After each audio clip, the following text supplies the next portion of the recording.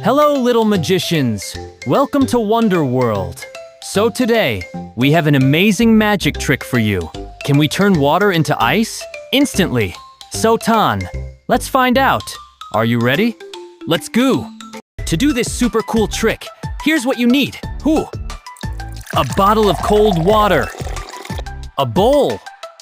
Some ice cubes. That's it. Easy peasy, right? Now, let's start the magic.